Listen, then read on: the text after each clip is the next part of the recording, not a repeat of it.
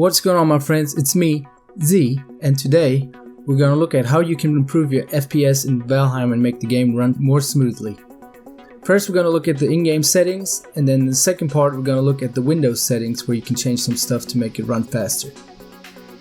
Let's look at the first point. You're going to click on settings in the game, hit graphics, and then you're going to play around with the resolution and make sure the resolution fits your screen resolution as well, your ratio. You can play around with this and make sure it matches the hertz too. So if your monitor runs on 60 hertz, put it on 60 hertz or lower, and that should be the right setting for your monitor. And then you can play around with the bars right here. The vegetation quality, I would leave that on medium, because if you put it on low you cannot see any bushes, or it really puts it really low and makes the game look kind of naked. So you can leave anything else on low if you want. You just play around with it. That's up to you, and it changes it in game, so you don't have to restart the game every time you change anything. So yeah, that's kind of personal preference. Play around with it. I would probably put it on medium, but it's up to you. Next, you're gonna change the SSAQ. You're gonna turn that off. It makes the game a little bit more, or the graphics have more depth. It has to do with the red, blues, and greens, the RGBs, but I don't want to go into too much detail here, but just turn it off, you'll see the FPS will increase.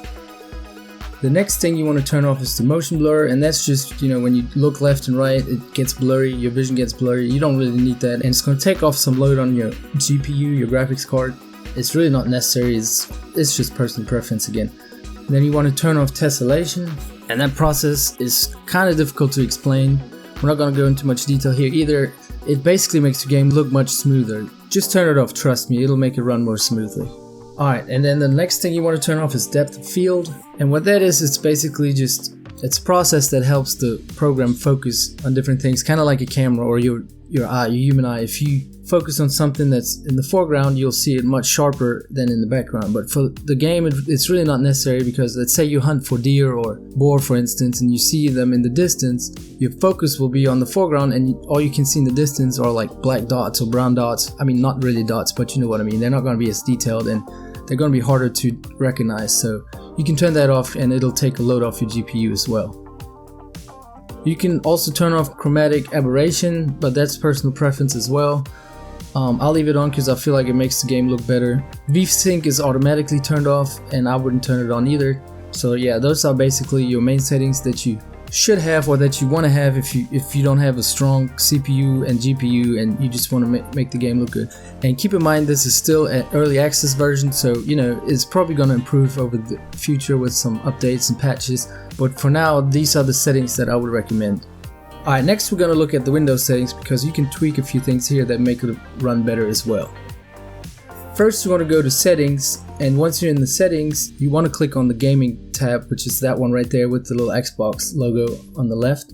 Once you click on that, your first thing is going to be the Xbox game bar. Make sure it is turned off. It should be turned off automatically, but sometimes it's turned on and it'll run in the background and put more load on your CPU. Next is going to be captures. You want to make sure that's turned off too, because you don't want your computer to record in the background, because that takes a lot of CPU percentage away, and unless you really want to record it in the background, you really don't need it.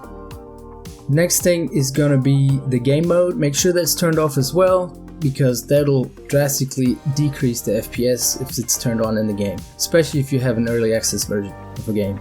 Okay, the next thing is going to be the graphics setting, and you get there in the display settings. You go to display, then you hit graphics. Once you're there, make sure hardware accelerated GPU scheduling is turned on, and you're probably going to have to restart your computer if it was off. So do that, restart your computer, and then once it's turned on, it's going to put more load on your GPU instead of your CPU, and if you have a decent graphics card, it should make it run more smoothly as well. Alright, this last part is only for users that have a Nvidia GeForce chip or graphics card in their computer. If you do have that, you right click on the desktop and you go to the Nvidia control panel. Once you're there, you want to hit manage 3D settings, and then you see that little window. You scroll down where it says feature, image sharpening, etc., and you go to the power management mode, and you want to set that on prefer maximum performance. This will put the most load on your GPU and will take some load off your CPU, and it'll make it run better. So once you did all these settings, it should greatly improve your FPS in the game. You should have a better time, even though your graphics won't look as good or as sharp as if you would have a better system. But you know, you got to work with what you have.